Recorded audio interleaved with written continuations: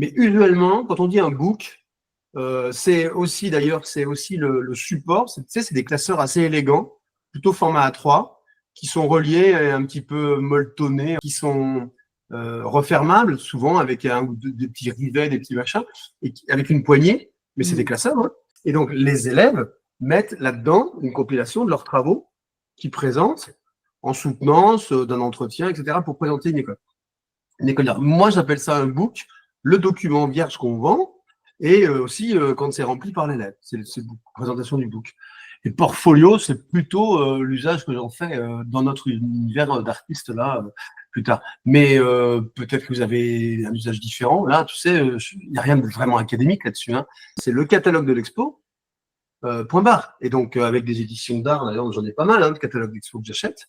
Quand je peux pas m'acheter une œuvre d'art, je m'achète le catalogue de l'expo. C'est des bouquins, hein, et c'est aussi la rétrospective de tout ce que tu as vu pendant l'expo. Donc, voilà, ça te rappelle un peu l'instant, le moment, le lieu et tout ça. C'est ça le catalogue d'expo. Mais dans le catalogue d'expo, tu as tout ce qui est disponible. Alors, c'est quand même rare de faire à notre niveau, entre guillemets, des catalogues d'expo. Je sais pas que tu fais d'expo. Hein.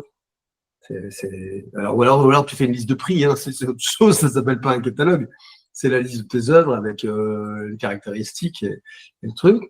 Et donc, bah, c'est tout. Donc, si pendant une expo, tu viens avec ton portfolio, là, c'est pas du tout gênant que tu sois plus riche que ton expo. Tu peux très bien avoir 2 panneaux pour présenter 5 œuvres et avoir un portfolio avec une trentaine d'œuvres. Ça, c'est pas, tu vois, ça, c'est pas directement connecté à l'expo. Ce que je vous disais tout à l'heure, c'est de personnaliser, enfin, d'avoir un regard très critique sur votre portfolio avant d'aller à une rencontre, à un rendez-vous. Quand c'est un rendez-vous de prospection, entre guillemets, de construction de partenariat, ou de je ne sais quoi.